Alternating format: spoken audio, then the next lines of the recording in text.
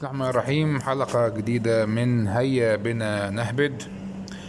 الواحد بيبقى قاعد كده في أمان الله، لا ليه ولا عليه، ويلاقي الهبد يجي لغاية قدامه ويخبط عليه ويقول له تعالى أنا هبد، تعالى اعمل حلقة عليا. سبحان الله يعني. بقلب في السوشيال ميديا كده فلقيت بوست، يعني حد بينتقد دكتورة اسمها ندى حرفوش، اللي في الصورة قدامكم دي، وبيقول انها مدعية والكلام ده يعني. بس انا يعني ما بحبش اخد الكلام من الفيسبوك او من السوشيال ميديا، فقلت ادور عليها بنفسي. فدخلت على اليوتيوب، دورت على الاسم بتاعها، فلقيت فعلا قناة على اليوتيوب طبعا فيها 447 ألف مشترك، أكتر من 30 مليون مشاهدة، يعني إجمالي المشاهدات. فواضح إنها حد مشهور يعني على السوشيال ميديا أو على اليوتيوب. طيب واضح إنها كمان صغيرة في السن، يعني ما تزيدش عن 25 30 سنة ماكسيمم يعني. طيب لقيت بقى معظم فيديوهاتها عن المناعة، أمراض المناعة الذاتية اللي هي التخصص بتاعي أنا يعني الروماتويد، الذئبة الحمراء، مش عارف ايه. اول فيديو يعني قدر شفته اللي هو التعرض لأشعة الشمس وعلاقته بالذئبة الحمراء. للأمانة الفيديو أكتر من 80% مما قيل فيه ما فيش عليه كلام، يعني ما فيش عليه مشكلة، ان فعلا مريض الذئبة الحمراء يحاول يتحاشى التعرض للشمس المباشرة، لو هيطلع يبقى يغطي جسمه كويس. طبعا احنا يعني الموضوع ان هو معظم المصابين بيه بيبقوا سيدات، فطبعا احنا عندنا سيدات معظمهم محجبات او منقبات، فده بيساعد اكتر ان هم يبعدوا عن الشمس المباشرة. ونبعد عن الشمس في اوقات اللي هي الشمس السخنة قوي، في وقت الظهر او بعد العصر او حاجة زي كده يعني. لكن طبعا في بعض الملاحظات الصغيرة، انه مش عارف زيت السمسم بدل ما تحط سان بلوك حط زيت سمسم، مش عارف ايه. يعني كلام ما عليهوش اثبات علمي قوي، بس ما فيش مشكلة، ما هياش ازمة كبيرة يعني. لكن المشكلة انه البوست اللي كان موجود على الفيسبوك كان بهذا الشكل. كانت بتتكلم عن حاجة عن الاكتئاب. اولا انا يعني ما فهمتش ازاي حد بيعالج الاكتئاب وبيعالج امراض المناعه الذاتيه وبيعالج فيروس سي، عشان هنشوف في وقت واحد. طب ازاي انت تابع مين بالظبط يعني؟ فالفيديو ده اللي هو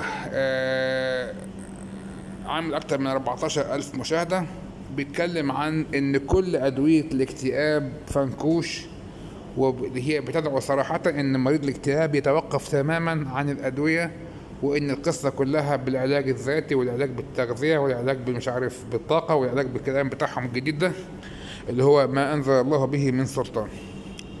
فانا شكيت في الموضوع، هو دي دكتوره في ايه بالظبط يعني؟ هي الناس بتقول لها يا دكتوره، وهي يعني بتتكلم ان جات لي حاله في الفيديو الاولاني اللي شفته اللي قلت لكم عليه ده، بتتكلم ان جات لي حاله عندها كذا كذا كذا وذئبه حمراء وكذا. فهي بتتكلم ان جات لي حاله، فانا في الاول كنت فاكرها مثلا اخصائيه روماتيزم، طبيب مقيم روماتيزم مثلا، يا سيدي بتاع علاج طبيعي، مش لازم تكون روماتيزم. المهم ان هي حد بيتعامل مع مرضى. فلما دخلت بقى على وصف اللي هي كاتباها على نفسها على القناه، كاتبه بتقول ندى حرفوش مديره الصحه العامه، يعني مدربه الصحه العامه. ندى حرفوش مدربة الصحة العامة. يعني ايه مدربة الصحة العامة؟ انا شخصيا ما اعرفش.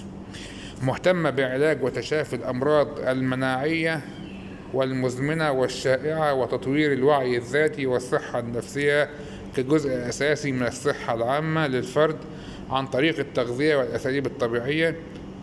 يعني مش عارف الكلام ده جابته منين، مفيش اي كلام. يعني هي بتقول ان إن الامراض المناعية بالوعي الذاتي والصحة النفسية ومش عارف ايه. بعد ان خاضت هي بقى بتحكي عن نفسها، ولما دورت فعلا في الفيديوهات بتاعتها هي بتحكي عن نفسها ان هي كان عندها اثار جلطة دماغية، معرفش جلطة دماغية في سن صغير زي كده، والتهاب كبد وبائي سي. يعني هي ما خدتش السوفالدي واخواته، لكن عملت لنفسها علاج ذاتي. والتهاب المفاصل الروماتويد، هي كان عندها ثلاثة مع بعض، كان عندها جلطة دماغية وكبد وبائي سي وروماتويد، وهي واقفه بتتنطط قدامنا وبتتحرك قدامنا زي الفل، ما فيش اي مشكله فيها. فهي عملت تجربه شخصيه مع العلاج بالتغذيه، استطاعت خلاله التعافي من كل الأمراض دي. قامت بعدها بدراسة التغذية العلاجية بالتعلم الذاتي، وأنشأت مشروعها بهدف نشر التوعية الصحية واكتشاف إمكانيات الجسد في الشفاء الذاتي، وتغيير الأفكار النمطية اللي هي الأفكار النمطية دي اللي هي الطب يعني التقليدية عن الأمراض وكونها أبدية وغير قابلة للعلاج كما يروج. نيجي بقى بالإنجليزي على نفس الكلام هيلث بابليك كوتش. طبعا كلمة كوتش دي لما بسمعها بتحسس مش مسدسي، بتحسس يعني قنبلة نووية في جيبي يعني. interested in treating and recovering autoimmune chronic and common disease. هي طبعا مش حاجة through nutrition. After she had a personal experience with nutrition therapy, she was able to recover from the effects of brain stroke, hepatitis C and rheumatoid arthritis, and establish project with the aim of spreading health awareness, discovering the body's self-healing capabilities. طبعا دي أكبر دجلاية وأكبر هبداية في القرن ال21 ويمكن تستمر معنا للقرن ال22، وهي أن الجسم قادر على علاج نفسه بنفسه، وأنه كل أمراض الجسم هي إلى خلل في التوازن الطبيعي للجسم. فأنا ممكن بشوية لخبطة بشوية تظبيط في التوازن بتاع الجسم أقدر أعالج كل الأمراض. ده بينفي تماما دور ان في حاجه اسمها عدوى، وان في حاجه اسمها امراض مناعه ذاتيه، وان في حاجه يعني الخلل نفسه. احنا يعني كل مرض له فكره وله يعني باثولوجي وله يعني اساس علمي لبدايته وظهوره. كنا مش فاهمين بالمناسبه، كوني انا مش فاهم المرض بيحصل ازاي بالظبط، لا يعني ان المرض ان انا اهبد واقول ان المرض ده سببه اختلال في التوازن بين مكونات الجسم وبين عناصر الجسم.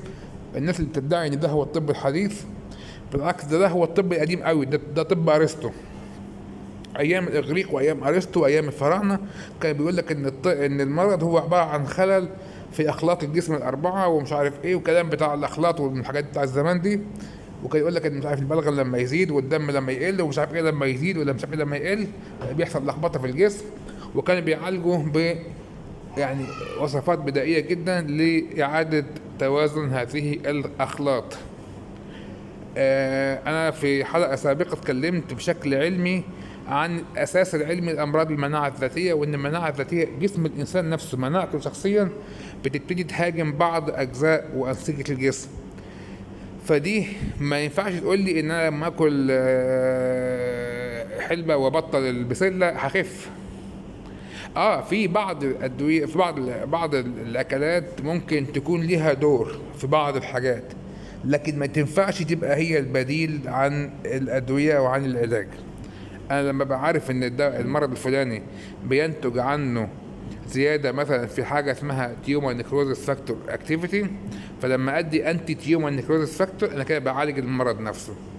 لما ببقى عارف ان المرض الفلاني الروماتويد بيبقى زياده خلايا النشاط بتاع خلايا تي، لما ادي حاجه تقلل من خلايا تي او من نشاط خلايا تي فانا كده بعالج المرض.